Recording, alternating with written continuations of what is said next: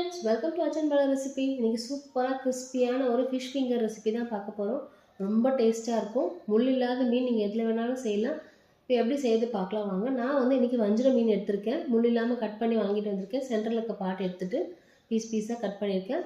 இப்போ இதுல வந்து 1 ஸ்பூன் மிளகாய்த்தூள், தேவையான உப்பு ஆட் பண்ணிக்கோங்க. கொஞ்சமா மஞ்சள் பொடி, 1/2 ஸ்பூன் இஞ்சி பூண்டு பேஸ்ட், கொஞ்சமா கரம் மசாலா ஆட் பண்ணிட்டு நல்லா மிக்ஸ் பண்ணிட்டு இப்போ லெமன் வந்து ஸ்க்வீஸ் பண்ணி எடுத்துக்கோங்க.